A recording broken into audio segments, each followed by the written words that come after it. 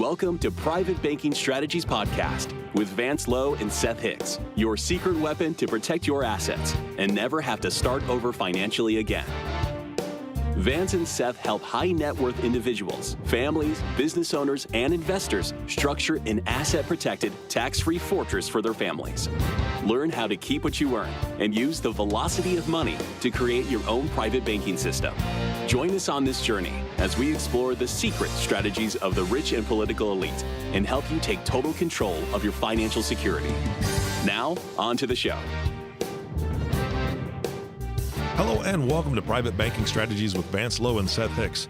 Today's topic is, and I guess the title you could say is, Congress is coming for your retirement money. And if you're looking at that title when you clicked on this podcast and thought, man, this could be clickbait, this could be whatever, it's meant to grab your attention because it's time to be paying attention. I'm saying this from my point of view because I was talking to Seth and Vance before we even hit the record button. And some of the things they were just chatting about before we started were pretty eye-opening. So without further ado, I want to bring the gentlemen in. Vance and Seth, good morning. How are you? Good morning, Eric. Doing great, Eric. Thank you for having us. We're doing great. Yep. Yeah. So I know that we have a lot to dive into today. I think it's incredibly important, but I know that we want to actually kind of give even a smaller foundation to this by kind of recapping what the last two podcasts were about, right, Seth?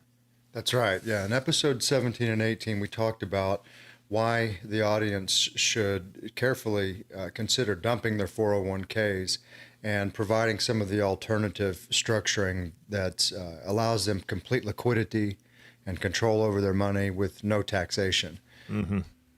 And we referenced a few reasons why government qualified plans are not the way to go. One, you can't get the money when you want it. You got no control. You can't get it when you need it, and you got no access. Mm-hmm. And you don't actually know what's going to be there when you do need it in retirement. And then the main elephant in the room, as we called it, was taxation. You don't know what the government's going to do with taxation, that they're constantly moving the goalpost. And one particular evidence of that is the Dodd-Frank Act coming after deposits. And another, here's the 1-2 punch, is the Secure Act. And that's the genesis of the title, coming after your retirement money, mm-hmm. and what you can do to stop it. Now, so when government has increased the taxation of qualified plans, they've set us up for decades, giving you incentives to put as much money as you can into the retirement accounts and giving employers incentives to match and make contributions. But now they're putting the screws to us. Vance he's a 40-year wealth manager. He was formerly in another life, as we've talked about, someone putting people into these plans. So Vance, I want to let you jump in here and add your 2 cents about what you've seen over 40 years with the government changing the goalposts. It's ironic to think that people can get an advantage, can actually find an opportunity in a qualified account. I call all of them qualified. We're talking Roths, we're talking IRAs, 401ks, and even pensions. But in every single case, I think if we look back and we look at when Roths hit the market, people were being told that you can pay for the taxes today and never have to pay tax again on the balance, and why a Roth is so much better than a regular IRA. We immediately did the computations at that time, and there's absolutely, to the penny, no difference. However, that package was sold to the American public, and Congress got billions and billions of early tax dollars for talking people into a Roth IRA, knowing that it was still what's called an ERISA plan, and they can change their mind, they can change the tax qualifications on it later on. So they were able to get tax money that they normally couldn't have gotten out of the baby boomers. This is mainly to entice the baby boomers to get the Roths, so that they could get the taxes now. And that's done, and now they need more money, so they've got to find other ways, and this is always ever changing. We talked also a little bit last time about ownership. watched over the years that when these first came out, these IRAs first came out, and then the 401ks to start replacing pensions, these products were actually owned by the people, the individuals. Today, they are no longer owned by the individuals. These are a government ERISA trust, government trust owned by the government. And we are participants, or those who choose to invest or participate in these ERISA plans need to understand who actually owns the accounts. And I think it'll actually get more serious than we want to delve into, but I just thought I'd share that because I see that difference. I've seen it change. I've seen the amounts of IRAs, how much you can put in. That changes at the whim of government. Mm-hmm. And then they'll pull it back, and then they'll add more, and then they'll pull it back, and they just totally control everything. So that's what we want to do, Eric, is really educate the audience to try to protect as many as we can from being subject to the grab that is ongoing. Now, I mentioned the Secure Act.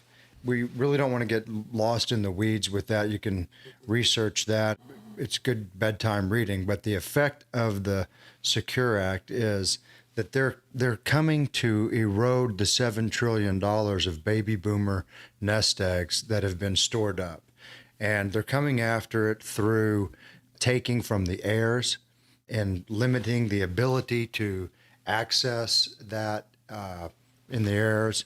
I mean, the Wall Street Journal calls it 20 years of retirement planning stuck to the middle class. And it's pretty common consensus that they're telling you that this is good for you. Congress is telling me, this is good. It's got bipartisan support, but in effect, those who are retirement planning experts see that it's more of a grab and it's a taking than anything else. In fact, there's a congressman in Texas who says, well, IRAs are not wealth succession management tools.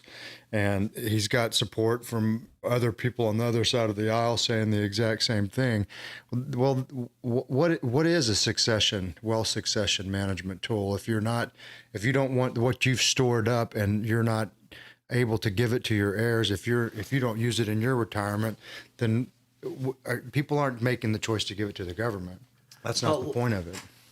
Seth, let me jump in here and create maybe a reason why or a motivation for the government. They don't need anything other than they're hungry for money.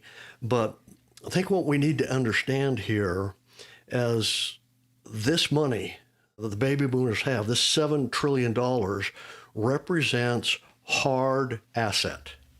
In essence, real live dollars. Mm-hmm. Where in government, they're in a world of printing fictitious money all over the place. This is what we'll call A-level or A-tier money. It's the most wanted, valuable asset in America right now. They're going to do everything they can to either deteriorate it by making the dollar more worthless. And by the way, folks, since 1900, when the Federal Reserve took over our government, to today, the value of the dollar compared to back then is now way less than 1 cent. And it's hard to calculate now because of the recent $1 trillion that they recreated.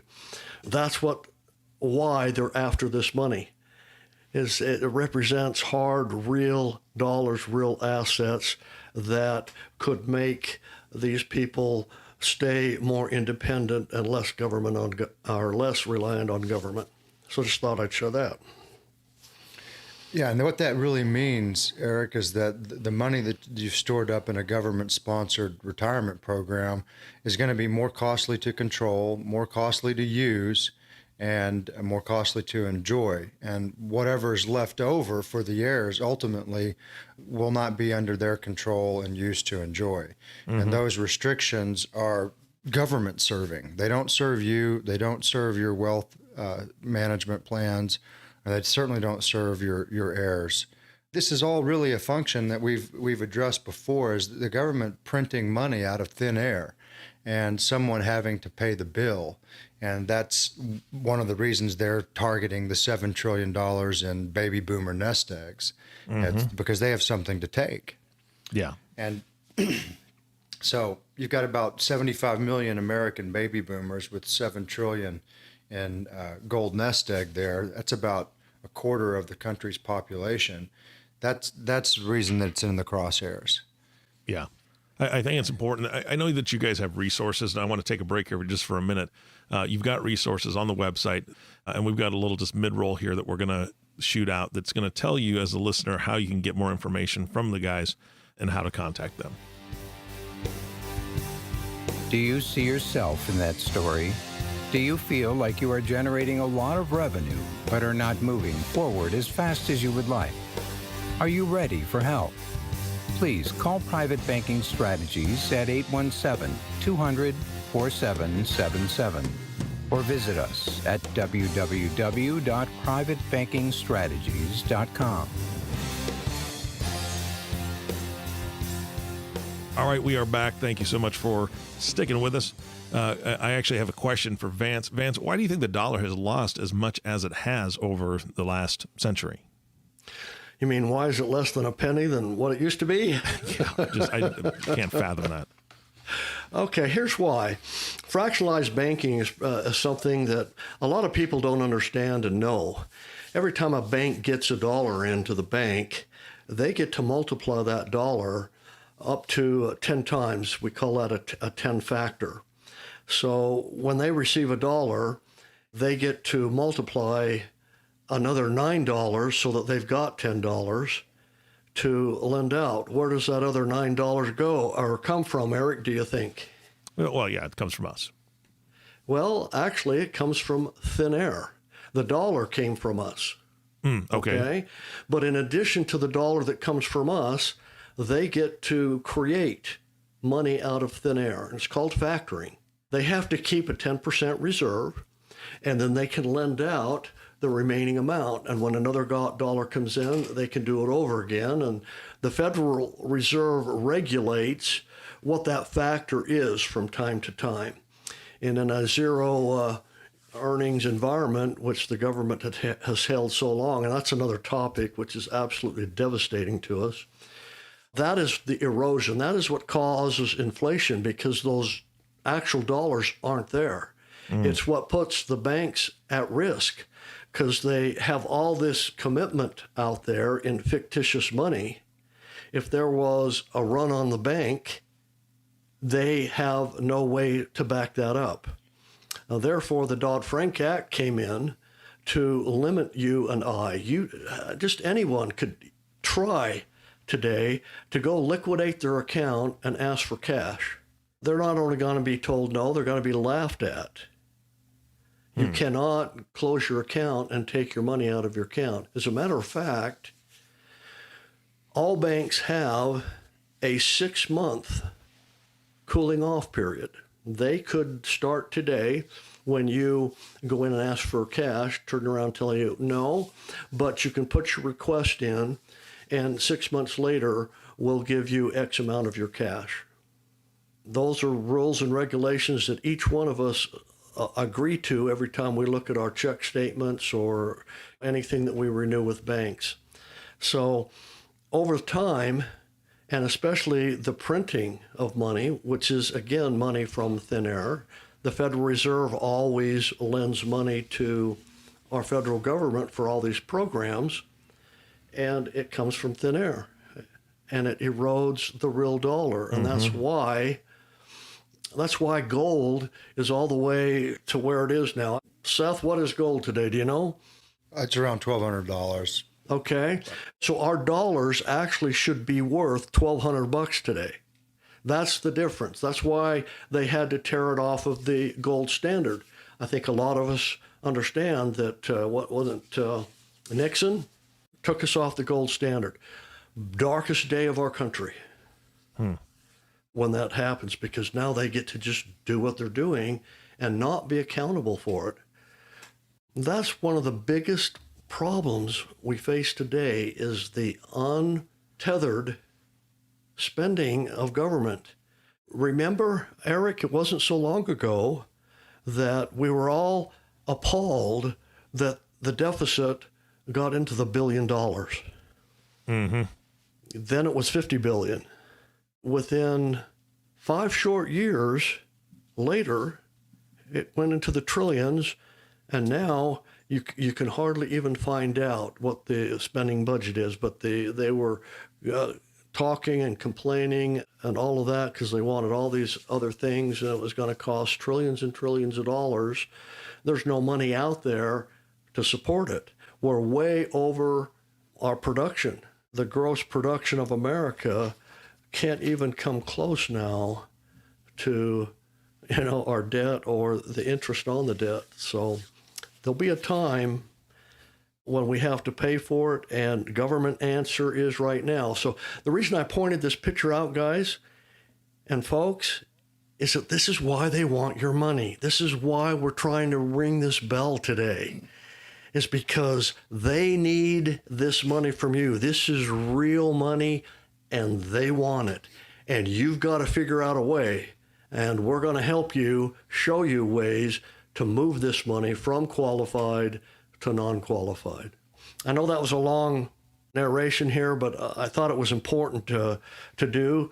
There's still a few more facts we want to get out here, Seth, so let's continue down the road here. Yeah, you did a great job of illustrating why Congress needs immediate access to your nest egg, and that they're coming after retirement accounts. I mean, we're driving home that point so that people will take a close look and actually analyze what we're saying. And we're talking about two different systems here, Eric. We're talking about a government system which prints money uncontrollably with nothing backing it, no precious metals backing it, as Vance pointed out when Nixon took us off the gold standard. Now it's almost like monopoly money, and we're at $30 trillion in debt. And we've talked about in prior episodes some of the just ridiculous, wasteful printing, I might call it burning of money, just sending it to other countries with no nexus and no value and consideration back to our country. Just the absolute worst pork belly spending that you can imagine. What that does is that creates a bill for you and I as taxpayers to pay, and it creates a burden for our children and our grandchildren, one that probably can't even be repaid, even as they attack retirement funds. So that's one system. Now the other system is the system where we say you don't have to play in that sandbox. You don't have to play under those rules of having your retirement plans and wealth creation attacked. You don't have to have your children's wealth attacked and stripped. You can play in a different system, and it's a total different economic thought and policy, and it's one that is the life insurance companies don't have to play in those sandbox rules. They have unlike a derivative and fractionalized lending where you've only got to have $1 in reserve for every 10 you lend out, they have to have dollar for dollar accountability. So they're actually on their balance sheets. It's not funny money, it's real money, and it's also tax protected. It's tax advantaged. And this is why the ultra rich and the politically elite have been using high cash value life insurance for centuries. And it's actually the safest place to keep your money. And it is one of the things that we wanted to focus on today was how to create legacy value. Well, what do I mean by legacy value? I mean how to create generational wealth, how to create the type of wealth that waterfalls into your children's control to use and expand, and into your grandchildren's laps to control and expand. That's what we're talking about with legacy value. Now, as I mentioned at the beginning of this podcast, Eric, the Congress has severely restricted the ability for heirs to use, control, and access the money that the contributor has stored up. So they're coming after that generational wealth if you're in qualified plans like the 401k, 403b, IRAs. But unlike that system, with the private banking strategies that we structure and others out there structure as well, there is a tax-free transfer to your heirs, and you're able to create a generational wealth and legacy value that has no tax burden. And it's financially private. The bank doesn't raise their hand and say, "Oh, we've got to report this money in, this money out." And there's no restriction. You simply, if you need cash, like Vance was talking about, and you want to withdraw the cash value that you've got in your account, you simply request it, and it's wired to you. That's the black and white. I guess some might call it yin and yang, the difference in systems there. You're able to not participate in the one that's taking your money, and you can actually participate in one that creates generational wealth.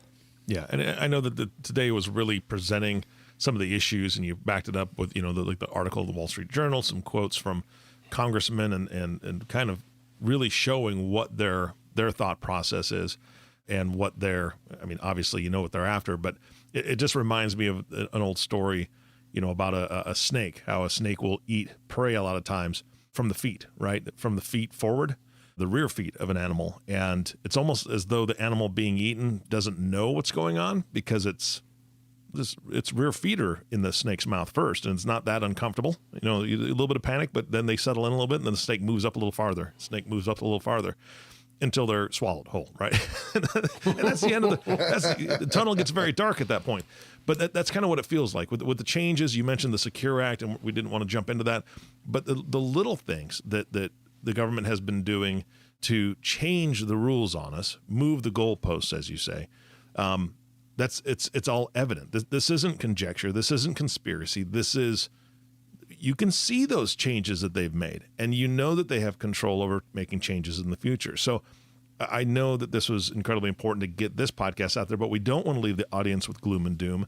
Tell them a little bit about what we're going to really cover and dive into on the next podcast, because we're running out of time for today's. Well, let me jump in there first. One of the first things I can't wait to tell, I'm going to tell a story about yesteryear, about things that were so good in America. That's how we're going to start this off. So you definitely want to stay tuned, along with what Seth is going to tell you.